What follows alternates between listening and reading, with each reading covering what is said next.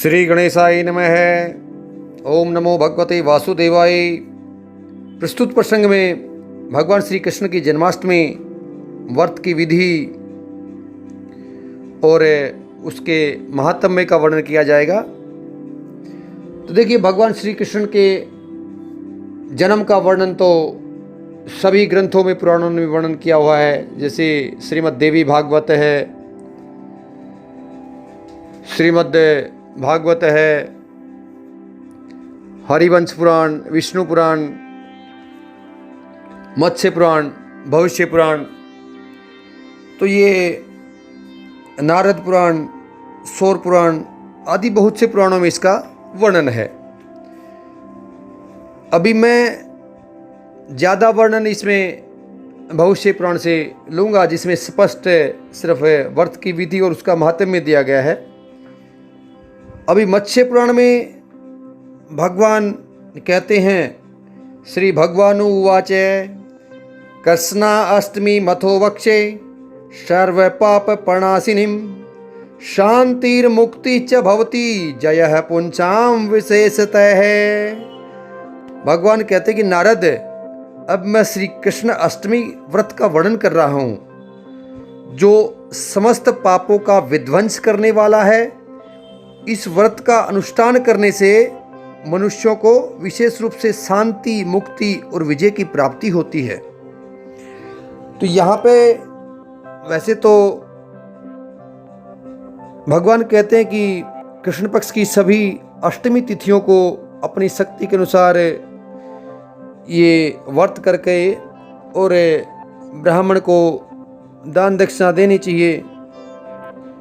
आगे कहते हैं कि जो मनुष्य इस कृष्ण अष्टमी व्रत का अनुष्ठान करता है, वह 2100 कल्पों तक देवताओं द्वारा सम्मानित होकर शिवलोक में पूजित होता है।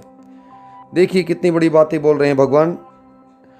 कृष्णा अष्टमी पोष्यव सप्तकल सतत्रयम् पुमान संपूजितो देवैहि शिवलोके महीयते। अब भविष्य पुराण में भगवान श्री कृष्ण का और राजा युधिष्ठिर का संवाद है।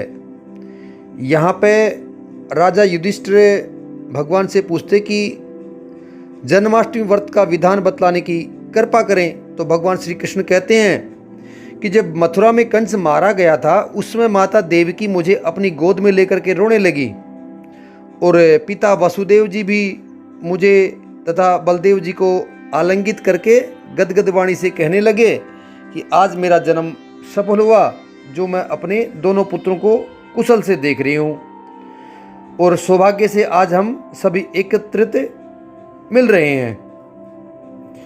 तो हमारे माता पिता को खुश देख करके बहुत से लोग वहाँ पे इकट्ठे हो गए और कहने लगे कि भगवान, आपने तो बहुत अच्छा काम किया, ये दुष्ट कंस मारा गया। बोला ये तो बड़ा अधर्मी था, पापी था, इससे सब परेशान थे और इससे सब पीड़ित थे। आगे बोलते हैं कि कृपा करके आप ये तो बतलाओ कि आप माता देवकी के गर्भ से कब आविर्भूत हुए थे। हम सब उस दिन महोत्सव मनाना चाहते हैं। हे भगवान, आपको बार बार नमस्कार है, हम आपकी शरण में हैं। तो ये सब मथुरावासी भगवान श्री कृष्ण को कह रहे हैं। तब भगवान श्री कृष्ण ने उनको जवाब देते हैं कि मथुरावासियों, आप लोग मेरे जन्मदिन को विश्व में जन्माष्टमी के नाम से प्रसारित करना और प्रत्येक धार्मिक व्यक्ति को जन्माष्टमी का व्रत अवश्य करना चाहिए। जिस समय सिंह राशि पर सूर्य और वृष राशि पर चंद्रमा था, उस भाद्रपद मास की कृष्ण पक्ष की अष्टमी तिथियों को अर्धरात्रि में रोहिणी नक्षत्र में मेरा जन्म हुआ था। यहाँ पे भगवान श्री कृष्ण कहते हैं, देखिए सूर्य सिंह राशि का सूर्य अगर ज्योतिष के हिसाब से देखेंगे तो वो अपनी शव राशि का होता है और वृष राशि का चंद्रमा है वो उच्च का होता है। और भाद्रपद का मास बताते हैं, कृष्ण पक्ष की अष्टमी तिथि और रात्रि के समय रोहिणी नक्षत्र में अपना जन्म बताते हैं यहाँ पे। तो वासुदेव जी के द्वारा माता देवकी के गर्भ में मैंने जन्म लिया था और इस दिन संसार में जन्माष्टमी नाम से विख्यात होगा। और प्रथम ये व्रत मथुरा में प्रसिद्ध हुआ था और बाद में सभी लोकों में इसकी प्रसिद्धि होगी। देखिए, पहले सबसे पहले मथुरा से इस व्रत की शुरुआत हुई और बाद में सभी लोकों में इसकी प्रसिद्ध हुई। लोकों में, लोक मतलब पृथ्वी लोक ही अकेला नहीं है, और भी लोक हैं, उन लोकों में भी ये जन्माष्टमी का व्रत मनाया जाता है।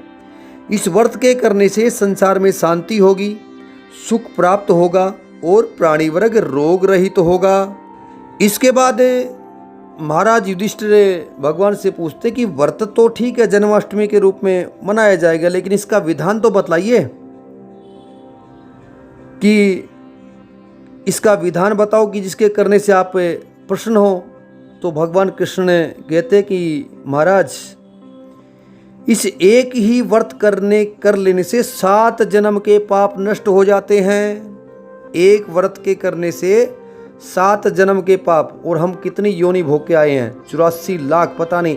त्रिदलम त्रिगुणाकारम त्रिजनम त्रिदलम त्रिगुणाकारम त्रिनेत्रम त्राजनम त्रिजन्म पाप संहारम बिल्व पत्रम शिवार्पणम। एक बिल्व पत्र अगर शिव जी के ऊपर चढ़ाते हैं तो 3 जन्म के पाप कटते हैं।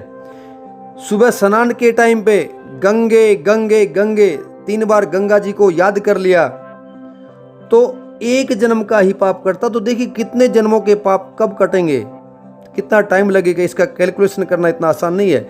लेकिन यहाँ पे भगवान श्री कृष्ण कहते हैं कि ये अगर व्रत करते तो 7 जन्म के पाप कटते हैं। और यह व्रत है वो बाल, कुमार, युवा, वृद्ध सभी अवस्था वाले नर नारियों के करने योग्य है। उनके पापों की निवृत्ति और सुख आदि की वृद्धि होती है इसके करने से। जो इसको नहीं करते हैं उनको पाप होता है। इसमें अष्टमी के उपवास से पूजन और नवमी के तिथि, मात्र नवमी में मतलब पारणा से व्रत की पूर्ति होती है।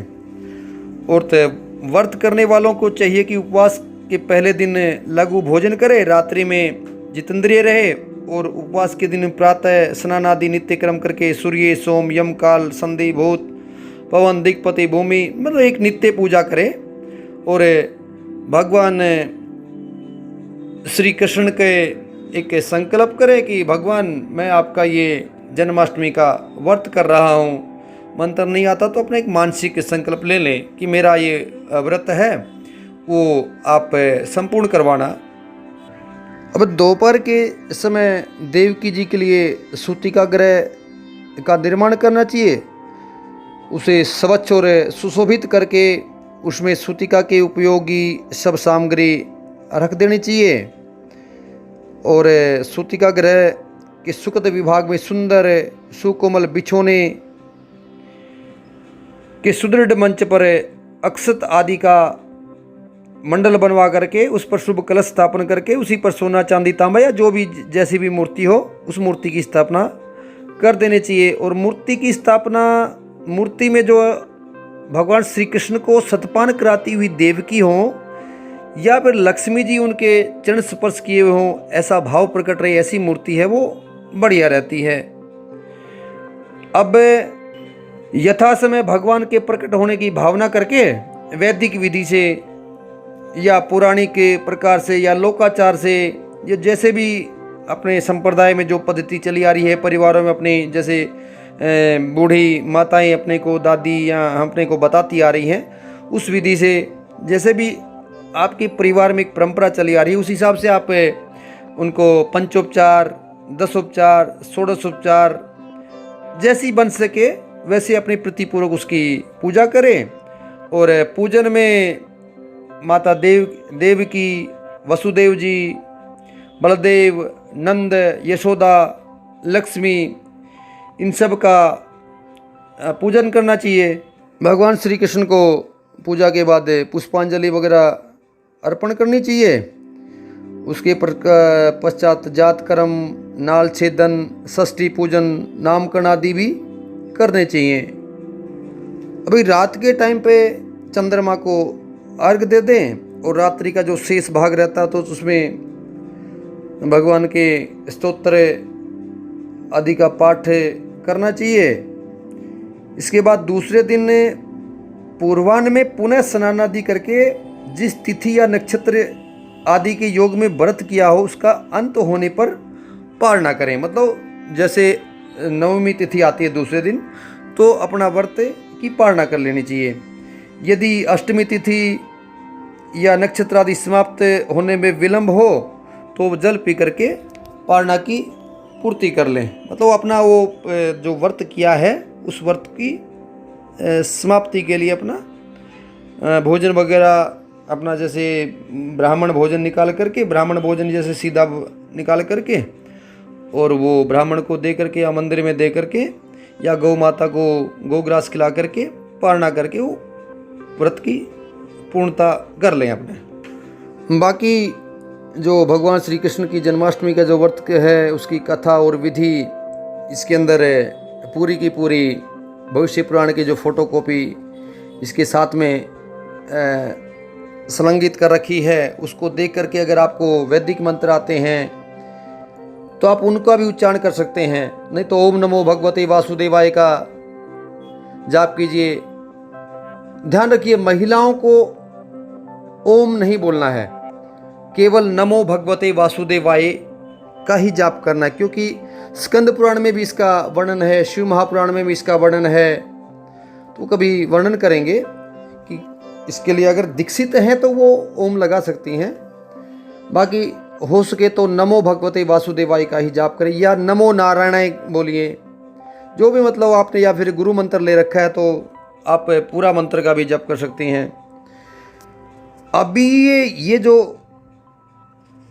कृष्ण जन्माष्टमी का व्रत है उससे मिलता क्या है, मिलेगा क्या कि व्रत तो कर लिया हमने, हमारी दादी माँ बहनें करती आ रही हैं पीछे पीछे अपनी, अच्छी बात है, नई पीढ़ी को भी इसके करने से भगवान कहते हैं कि धर्मनंदन, इस प्रकार जो मेरा भक्त पुरुष अथवा नारी देवी देवकी के इस महोत्सव को प्रतिवर्ष करता है, जो प्रतिवर्ष इसको करता है वह पुत्र, संतान, आरोग्य, धन धान्य, सतग्रह, दीर्घ आयुष्य और राज्य तथा सभी मनोरथों को प्राप्त करता है।